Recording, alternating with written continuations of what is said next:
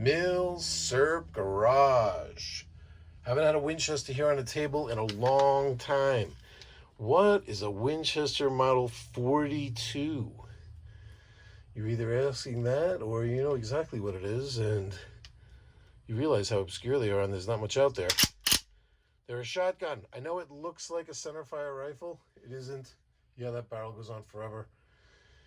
They're 410 chambered shotguns by Winchester. They were designed right from scratch specifically for a 410. Don't let anyone tell you this is a scaled down Model 12. That is not true. They do have a lot of the same, placement for different things. But I mean, don't they all? It's right from scratch, made for the 410. 3-inch 410 shells. So these were made they were introduced in 1933, right in the Great Depression, right in Winchester coming back from bankruptcy in 1933. And these were made until 1963, that magic year. We're going to talk about that. Winchester changed again. So this is like the second coming of Winchester. These things were around for the whole time. These things are the epitome of Winchester's best years, really. We've talked before about Winchester's earlier years, and we don't really get into like later guns. We don't really talk about the after 1963 stage, which I'm sure you've heard pre-64 Winchesters. If you don't know what that means, I'll touch on it a little bit, but a whole separate video that you can watch from somebody else would probably have more information on exactly what that means. But back to this guy. We'll get to that though. These were made, this is a 28-inch barrel. These were made with 26 or 28. It's 3-inch chambered. Pretty much all of them were 3-inch chambered. There were some, nothing is like written in stone with these things. Back then, you could special order things and stuff like that. So, and I look in books and I see they'll be like, they were all in 3-inch chamber, and then there's like a pause, and it's like, except for, there's always an exception. So, but for the most part, when you see these things, they're going to be chambered for 3-inch, which means you could use 3-inch or 3.5. I've seen some that say 2.5. I've seen some that say 2 3/4 410 shells. This one is a 1948. They did stop during the war. Hopefully I remember to touch on that. They kind of made these from 33 to 43. Then there was like a gap. And they kicked back up again in like 47 to 63. And there's really not much information, production figures for the 47 to 63. They're not really sure how many they made every year. They just know that in total, 164,800, which is not a lot. These are relatively rare. They really are relatively rare. And, for the most reason why they're rare is that 410, I mean, I hope there's not that, like, some crazy 410s out there, fans out there that are going to hate me. But, I mean, it's 410. It's tiny. It's the tiniest shotgun shell, Shotgun just by nature is just like, I want to blast something. And then, you make the smallest shell out of it. It's like, you like smoke, it's like they're smoking a cigar. Not even, like a Tiparillo. I like them. I mean, I think they're cute. Oh, excuse me. Woo! Yeah, it's allergy season. Which, by the way, I know I stepped away for a little bit from the channel. Needed a little bit of a break.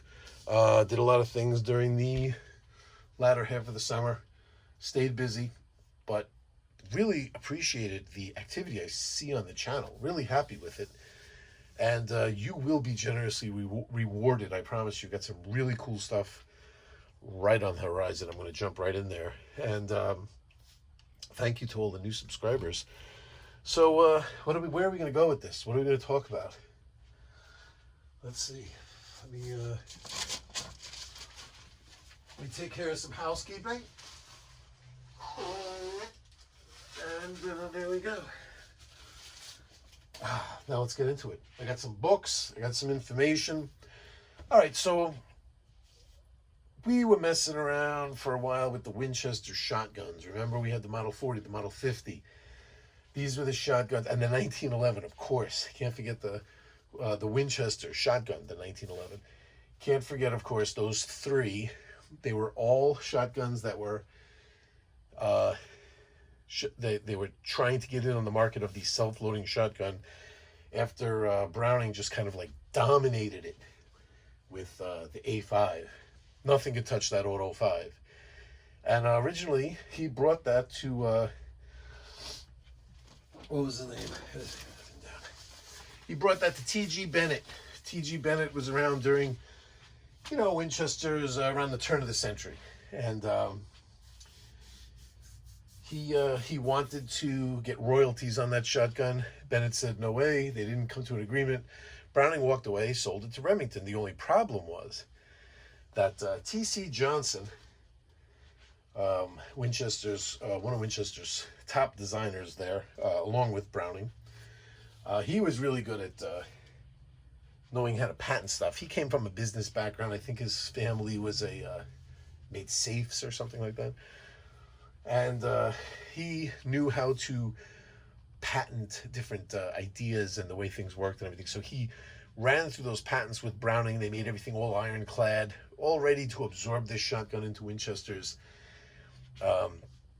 successful Browning designs. And then Browning just said, well, you know, I want to do this one a little different. I want money for each one sold, not just the idea. You're not just going to pay me once. I mean, look at how much money you make on my shotguns. With this one, I want to share in the popularity of the sale, you know. And Winchester, T.G. Bennett wasn't going for it. And Browning walked away. And that changed everything forever. Mostly because if he just walked away with the shotgun, you know, Winchester would just, you know, it would hurt, it would sting. But like I said, they had T.C. Johnson. They had some very successful designers. They could have really done fine without him. But he walked away with the patents for that shotgun. That's what really stung, because it was really the idea more than anything else. Like he had patents for like the bolt handle. That's why that 1911 has no bolt handle. Check out the videos they did on those shotguns, the 1911, Winchester 1911, the Model 40, the Model 50. They're interesting. And the thing is that Winchester, when they entered World War I, that era kind of ended because they were making 1917s for us, for the American side. And the production gets ramped up like crazy. I mean, you're rocking and rolling. Your factory expands by 200-300%. You're cranking stuff out. You have all these workers. You have, you know, the company. It kind of like morphs into you know, like a war producing machine. And when war is suddenly over, it's like a weird thing when all of a sudden they sign a treaty and they're like, that's it, war's done. You don't need to crank out all these guns anymore. How would the company survive if they didn't just keep cranking out something? So Winchester, interestingly enough, they I've seen some of this stuff out there. They kind of changed into like they were making like housewares and stuff. They had these Winchester stores out there where they didn't just have guns in there. There was like, you know, like kitchen knives, roller skates, refrigerators. They had these stores that had all this stuff. They merged with Simmons Hardware Company, Keen Cutter brand. They merged with, and had all these partnerships. But those things, they gradually fell apart through the 20s. And by 1930, you know, they went back to their core business of just making guns, and it just, it was a failure. And then when the Depression came, that was that. So they got bought out. And they got bought out by Western Cartridge Company. The Olin family owned Western Cartridge Company, a ammo manufacturer. And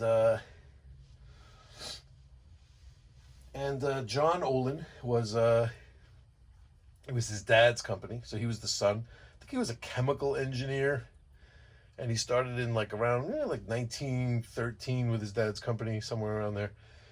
And he had a plan for Winchester. You know, he had this whole plan. and he was like, I'm gonna bring in a couple of different models here, a couple of different guns. So this was right when the Depression was had. This was like 1932, 33. That's when this thing first got introduced. It was an amazing like business plan. There's also this guy right here. Remember the Model 61? We took a pretty close look at this guy. It's like the best 22 pump action 22 that there is. I'm telling you, this thing is awesome. And look, I mean, it follows a lot of the same looks. The slide release button in the same exact spot. It's a takedown, just like this. This is a takedown, by the way. I don't even know if I mentioned that. They already had the Model 12. Here's the Model 12. Model 12 is already in production. But between the 63, this Model 12, this guy, and I think the 21 was a double barrel pump. That was hugely popular. He brought it all back, man. I got to admit, he did. Yeah, the Model 21 double barrel. There was also a Model 63 semi-auto, which was the 1903, but not in Winchester Auto. It was the 1903 in 22 long rifle. So all through the 40s, 50s, and 60s, these things rock and rolled. They were very popular. The popularity of this guy really came later on, though, honestly. I don't think they were that popular when they were actually made. You know, like somebody'd say they'd buy one for their son, or, you know, just to stand up in the corner just in case like a raccoon got inside the barn or something like that. You know, they weren't really used for skeet trap, hunting. I used it, and I know exactly why. That it's a huge, it's like putting donuts on your bat. It's definitely a good training tool, because when you shoot trap with this thing, you gotta jump right on that bird. Let me tell you, because if you wait just a second, it's too late. As long as you jump on it early, you could actually break clays with this thing. This one is a full choke, and since it's the 28-inch barrel, it's the one that would be best suited for shooting trap. But 410 gauge just is not. Sorry, 410 bore. Cannot call it 410 gauge. It's not really suited for trap. You know what I mean? Let's get some books up here on the table and see if we can see what's best to show you first. Here, let's get in here with Mattis, the Winchester book by George Mattis, signed 1 of 1,000. Be jealous. Be jealous. Love my books. So, where is it? Here it is. This is 61. Here they called it Everybody's Sweetheart. That's what it was called. It was designed for the 3-inch 410 shell. It is the last gun perfected by T.C. Johnson. I'm telling you something right now. I love T.C. Johnson. I know all T.C. Johnson's designs. The 03, the 05, the 1911 self-loading shotgun, the Model 12, the 21, the 52, the 54. I know these. I know his designs. I studied them. I'm telling you something right now. This is not a T.C. Johnson design. It just is not. This is a T.C. Johnson design. Now, a lot of people, they say that just because, yeah, the release here, it's in the same exact spot. You know, they look similar. It has, you know, the single action bar on this side, you know. Over here, single action bar, same side. The takedown mechanism looks similar. Looks identical, actually. It looks like a scaled down version of the Model 12. It's not. This is a T.C. Johnson design. I'm telling you, it's not. And I got this name of William Romer out of a book somewhere. It's really hard to get any information because they talk about T.C. Johnson with it a lot, but William Romer, R-O-E-M-E-R, that's the guy that designed this thing. T.C. Johnson might have come along towards the end, but he died in 34, so he couldn't have, like, he couldn't have been around for, years and years afterwards, like, as professing he was the designer, which is kind of like right around when it came out, he died. Seems like maybe they almost threw his name on there commemoratively. Don't know. But, see, it says 2.5-inch boring offered on special order. And, yeah, there were a bunch of different designs. Discontinued in 63. And what do we got back here? Here's the production numbers. See, here's where it gets weird. So from 33 to 43, they have production numbers for each year. Now here in 43, 4, 5, 6, 7. This is where they stopped production during the war. Then when the war ended, see how they have like kind of like, see how this is all the same number down here? See, it's like here, records from 55 to 63 are lost. So the factory, using total production from 55 to 63, they divided the total by these years and found the average 4,683. So that's what they just put for all these years. So you're really not 100% sure. You see, the production figures, when they did have production figures, it bounces around, But this one came out, see, if like you're in the 50s, my serial number is in the, looks like it's in the 60s. So yeah, looks like right when they started kicking back up after the war is when mine was made. Right in here. It's before it's 48, it's less than the 64 number. So it's right in this first 10,500. That's the largest production year they had since manufacture was 47. That's where mine fits in. But if it's later than that, chances of you getting accurate information are slim. And then the Winchester Handbook, also by Mattis, signed. It's also one of 1,000. I think they all are, though. I think they only might have made 1,000 of these. Much more information here. So this was the last of the hammerless guns designed by T.C. Johnson. I don't think so. I think that's a lie. So here's the sales going by gauges. Total sales by gauges of all Winchester shotguns. So that's right across the board. So this gives you an idea. 52% were 12 gauge, 25% were 16 gauge, 13% were 20 gauge, 0.4% 28 gauge. That would be your real rarities right there. And 9.6% 410 bore. You see, so it just wasn't popular. It's popular now because they're rare. Like, now everybody's like, these things are like big money. The collectors go crazy for them. And also, like, there's different grades, right? So, where did I write that? Yeah, there's a standard, a deluxe, a trap, a skeet, and a pigeon grade. Now, there's pigeon grade ones. There might only be like literally less than 20 of these things like in existence or something. They're very, very rare. Except on special order, 3-inch chambers were standard. Same info here. 2.5-inch chambers were listed as an option until 62. Total sales from 33 to 43 when records became incomplete. Of 50,832 guns sold, only 37 standard guns were chambered for the 2.5-inch shell. See what I mean?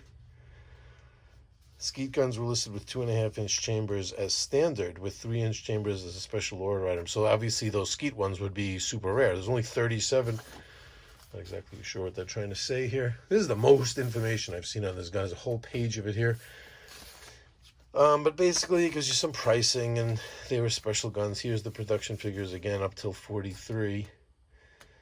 And there was a lot of different options knocking around, as Winchester did. This is a cool book. The history of Winchester Firearms, Barnes. This is the 66 to 80 Barnes. What do we got here? Yeah, different chokes, stocks. Although the Model 42 in design and appearance closely resembles the Winchester Model 12, it was not a copy of this model, but was in all respects a small, lightweight shotgun developed especially for the 410 gauge shell. Thank you. That is absolutely true. So don't let anybody tell you it's just a scaled down version of the Model 12 for 410, because it is not. It's a whole separate design. And I'm telling you, it was a whole separate guy. Let's take a break from the books for a second. I got some more books. I wanted to read stuff, show stuff from the books, but I kind of changed my mind. I don't want to sit here just reading books. Here's the takedown. If you're not sure how this works, they all follow the same format when they have this button that goes across. It goes across, then you turn the magazine tube, and then you watch down here. There's arrows down here. See them, how they line up?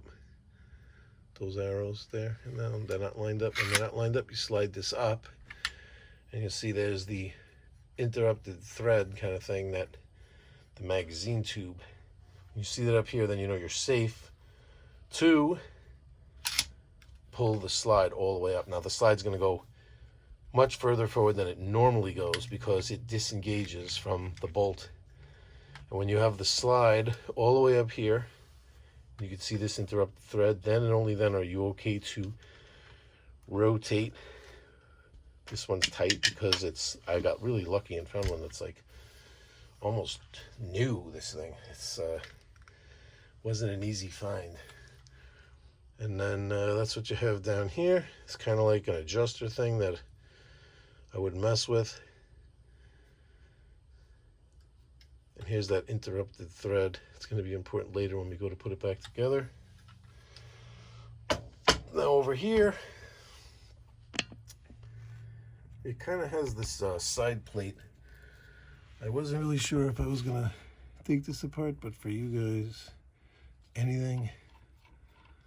Let's get these screws out. Make sure you got the right kind of screwdriver for these.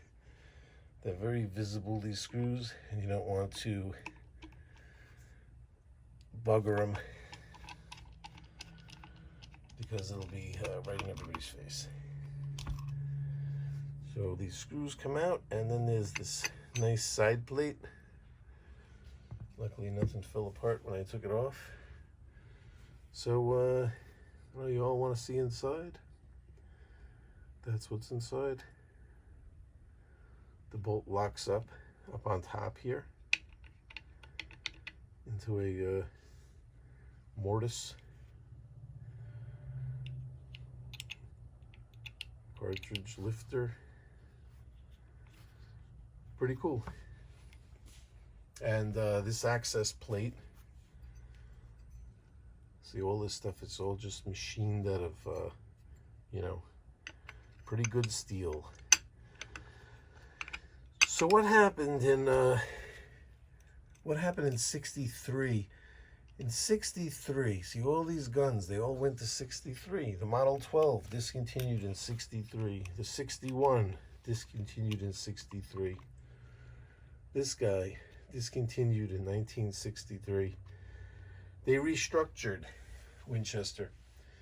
The exact vernacular, let's see if I can find it.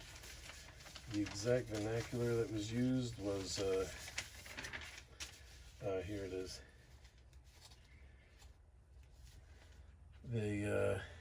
The S.K. Jansen formed a new Winchester design group.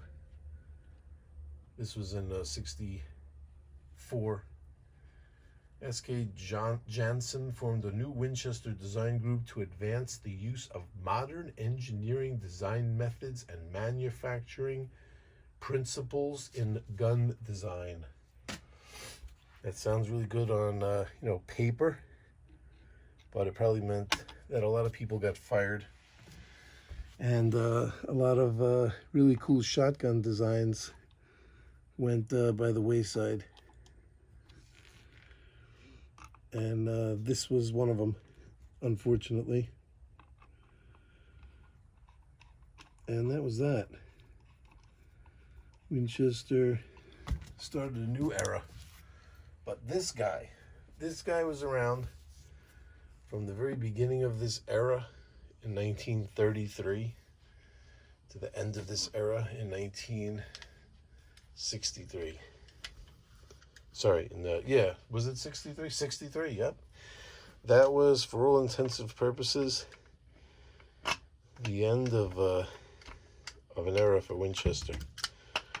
That's not it, it goes there.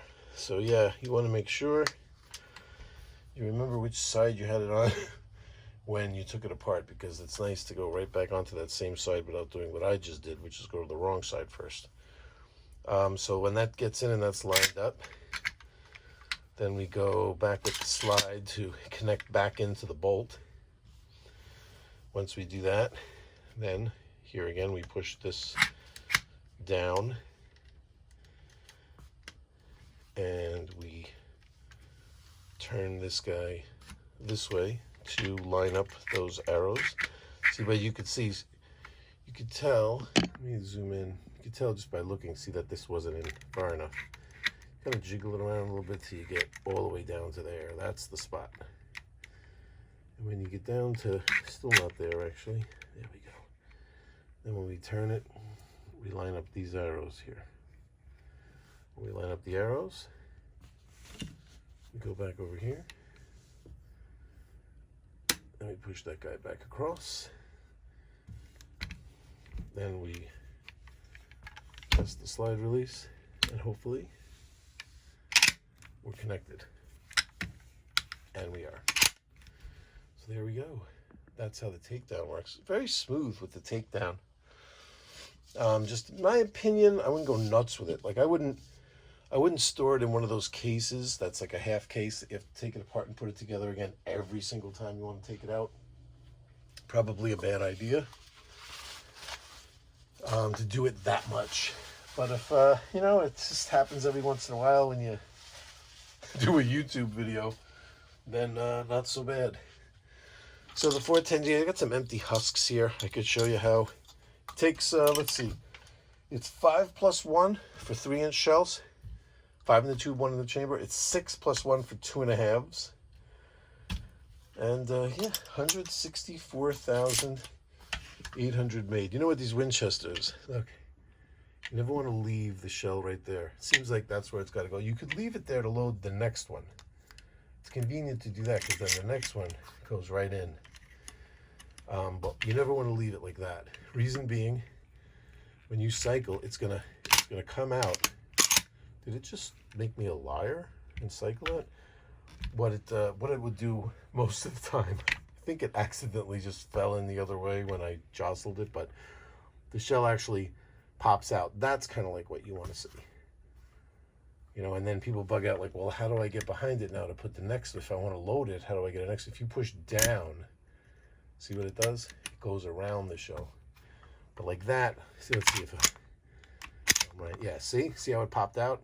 So I ejected the one that I loaded, and that one that I just put in there popped out. So you don't want it to look like that. I can't believe it made a layer out of me, but yeah, see, sometimes it will go underneath it. That's interesting. But you know, when a shotgun could load just bare fired, you know, empty shells like that, and it loads them, you know it's a smooth loading shotgun, because these are not easy to load. Let's get the safety on. Crossbolt safety, by the way. Nice. It's let me tell you what happened with trap. So did I shoot trap with it? I did shoot trap with it. This is a cool story. It was just a couple of days ago. I had taken it out when I first got it, and I shot one round with it. I've only used one type of shell. I used these guys. Federal 3-inch 11/16 ounce, which is less than 3/4. 11/16. You get a little confused with these fractions sometimes. I mean, I'm not a math genius either, but I can tell you a little hint. just divide 11 into 16, like on your phone or something, and then you just come up with like a decimal. So then you could tell if it was 3/4, like 12/16 would be 3/4. That's 75%. It's less than that. So it's not even 3/4 of an ounce. The shot is 7.5, which is the same size as a 12 gauge shot. It's just 7.5 shot, and it's 1,135 feet per second, which is surprising. That's surprising that it gets that kind of velocity. You know what I mean? But yeah, this is what I used both times. And the first round I shot a 15. Now, just recently I went out and I tried it again, and I'm getting better with it. I'm realizing that part of what could make you successful is jumping on it immediately. You can't do that same cadence that you're used to, where you kind of wait till it goes out and you draw a bead, and it's like that moment, with trap shooting, you get consistency by repetitive, by just performing the same thing over and over, so you're not all over the place every time. You kind of like get a groove going of your timing of how you shoot. And what's difficult is that you have to interrupt that with this. You have to take a little chunk of that time out. You have to jump on it a little bit quicker. And when you start getting used to that, you do better. I shot a 17 the second round, but there was some experimenting going on, so I'm pretty sure I'd be able to shoot in the 20s with it. But now here's what happened. So I did that, and I took along the Model 12 only because since we were talking, I knew I was going to be talking about it, and it was kind of like on my mind because I was doing some studying on this. I took this heavy duck, this Model 12 heavy duck out with me. That I have a video on this, I'm pretty sure, up there. But this thing I got at a gun show. It was like basically unfired. This thing is freaking gorgeous. Because of the handicap I had with this thing, when I shot around with the Model 12, I shot a 25. And it wasn't one of those 25s where I got kind of nervous towards the end. It was one of those, it was just, I was so ultra confident. I just knew on the third station when I had a 15 that I knew I was going to get the next 10 without missing. I just knew it. I was looking around to be like, who's here to witness this 25 that I'm going to shoot in a few minutes? That's how confident I was. And worked out pretty cool. Let's look at some more books. So I think that'd be a good strategy is to go shoot a couple of rounds with the 410 bore. What do we got here? The Great Little 410. Yeah, so that was its, those were its nicknames. Was it Little Sweetheart? What was it again? Where's that paper over here? I forget what the hell. The Greatest Little Shotgun is one name. And Everybody's Sweetheart is the other nickname for it. And sorry, I have to give credit for the books. This is Winchester Shotguns, Dennis Adler. Thank you, Dennis, for an awesome article on some nice pictures here is what we got. That's what's cool about this book. I know there's a little glare going on. See, we got some fancy wood going on here. Some of the ones that are a little rare, a little fancier. Field grades. Look at this guy. Ooh, it starts to get nice. What is that? Looks like a weird animal right there. Doesn't even look like something that exists. There's a doggy. There's a dog. Two doggies. Nice. I wish I had the one with the dogs. Oh man, I didn't even turn enough pages to look at this stuff. Look at these gorgeous examples in this book. I got this book on eBay for like 20 bucks. What a book. Oh my God. Are these still 42s? Wow. Look at that. There must be like just a couple of those guys out there. Wow. Bet you're glad you tuned into this video now, huh? Yeah, you got to get this book.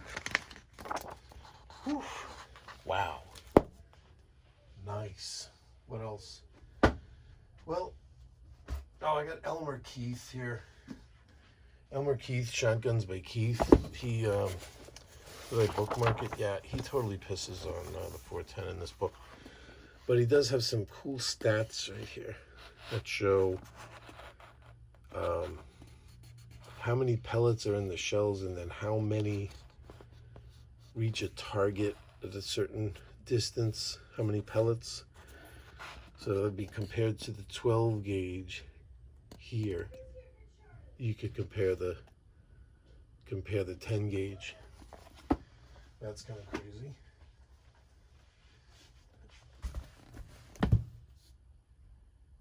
One last thing. This is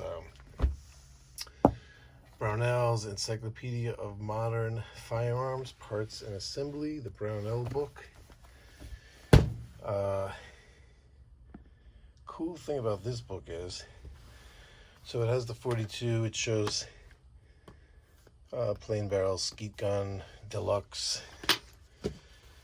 Let's see, does it have, wondering if somewhere in here it had a breakdown. It did. Where is that? Well, it has an exploded diagram somewhere in here, like all the Brownell book. Well, here's what was interesting. Here's what I thought was really cool. That shows this is not a T.C. Johnson design. You have right next to each other here, Action Open Model 12. Sorry, that's on top. So this is Action Closed Model 12 right here, and Action Closed Model 42. So compare these two actions side to side. Model 12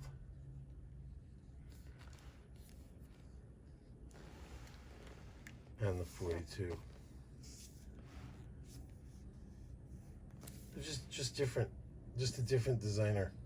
This T.C. Johnson's designs all follow very close to this type of trigger mechanism. It's just a different designer, in my opinion. So that's all we got for the Winchester Model 42. My synopsis is it's sleek, it's light, it's super fast pointable, and it's like a unique tool in that it's in 410 gauge. You have all these options. You have number 4 shot, number 5 shot. I got a mess of all different. Here, like I said, here's 7.5s. I have 8s. Here's even 9s. All right, you've run the gambit here. Check this out. These are some critical defense, 410 triple defense. So 2.5-inch shells. It's a 41 caliber FTX slug, backed by 235 caliber balls behind it. Yeah, I wouldn't want to get hit by that. I mean, even self-defense. There's even self-defense applications, for crying out loud.